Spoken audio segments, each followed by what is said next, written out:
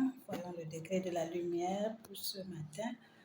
Bonjour les amis, bonjour la famille, bonjour, j'espère que vous allez bien et que cette semaine s'est bien amorcée pour chacun de vous et elle continue de bien se dérouler.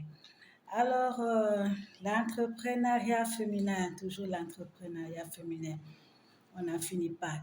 Donc, la semaine passée, j'ai eu une séance de, je peux dire, un café partage de débat avec quelques femmes qui me suivent et qui sont à l'écoute un peu par rapport à toutes ces expériences et témoignages que nous partageons ensemble depuis un certain moment. Et du coup, ce café avec nous étions 6 dames ce jour. Elle me disait, ben tiens Florence, maintenant on aimerait aussi savoir qu'est-ce qui te pousse à t'intéresser tant à l'entrepreneuriat féminin. Parce que pour parler de quelque chose, il va falloir aussi être une personne qui a vécu cela et qui a une expérience à apporter. Et cela joue un peu aussi au fait d'être coach. On ne peut être coach qu'avec ce qu'on a vécu. Donc, l'on ne peut donner que ce qu'on a. Donc, ceci m'a poussé à dire, OK, peut-être sûrement il y a que certaines femmes qui se posent aussi cette question, surtout celles dont nous coachons, nous accompagnons au niveau de leur entrepreneuriat, leur AGR.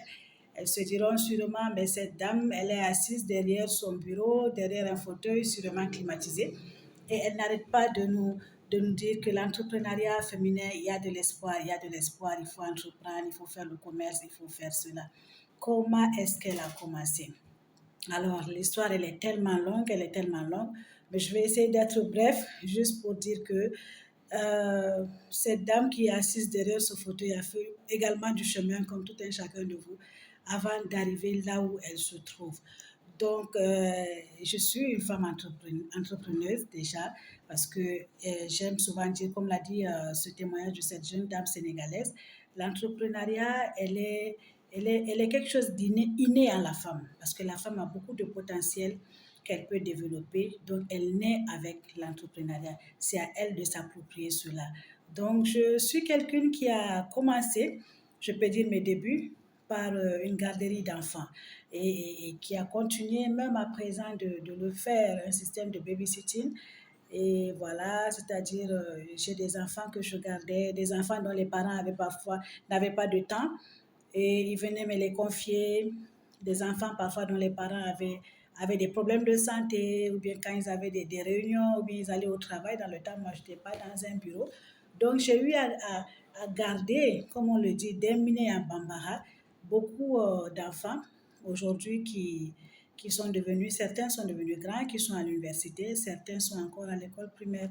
Donc, j'ai eu à être gardeuse de bébé. Parfois, j'avais un salaire, mais parfois, c'était vraiment humanitaire avec le soutien et le désir de vouloir accompagner certains parents avec leurs enfants. Et en plus de cela, je suis une transformatrice également alimentaire. Donc, vous aurez constaté dans la base de données des vidéos que j'ai partagées ci-dessous, vous allez voir qu'il y a des moments où je faisais des transformations de confiture, du piment.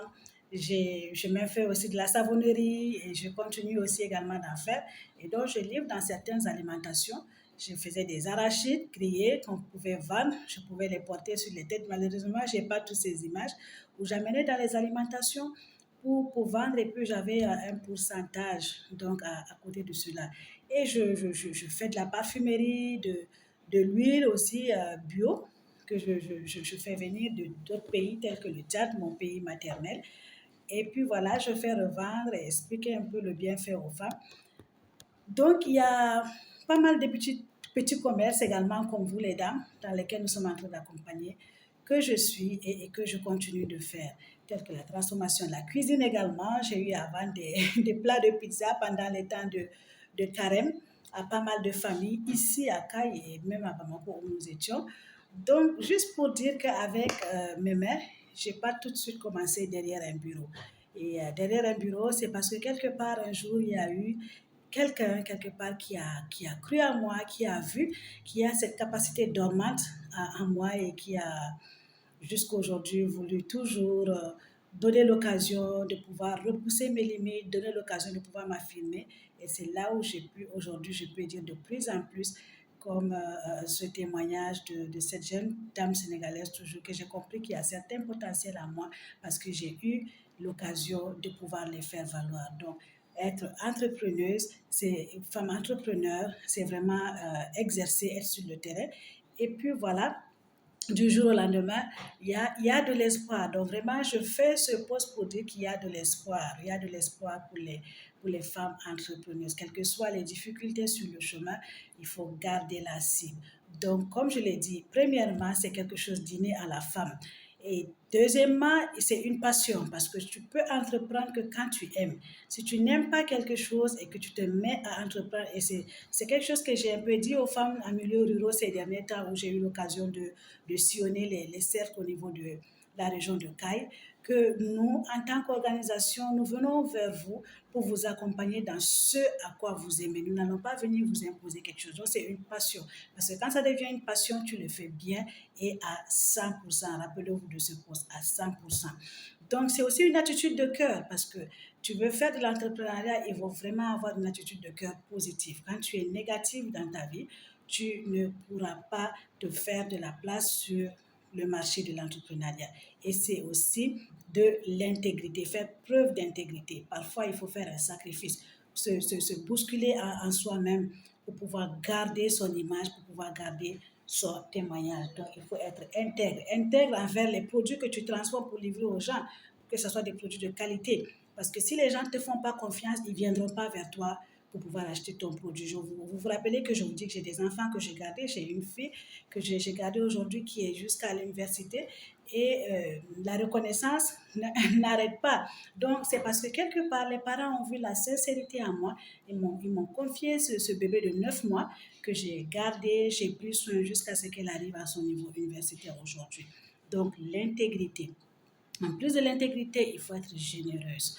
La générosité. Il faut être généreuse, il faut être généreux quand tu entreprends.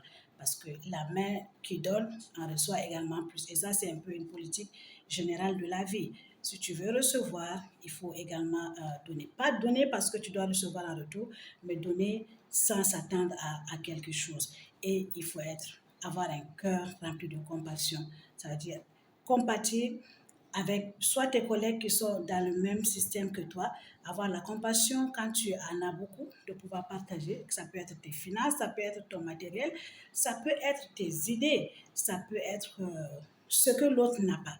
Et être entrepreneuse ou bien entrepreneur, tu peux avoir la chance de dire que tu as réussi quand tu verras des gens autour de toi également s'épanouir quand toi tu t'épanouis. Quand tu verras des gens autour de toi également grandir, quand toi tu vois aussi combien de fois tu es en train d'exceller dans ce que tu es en train de faire.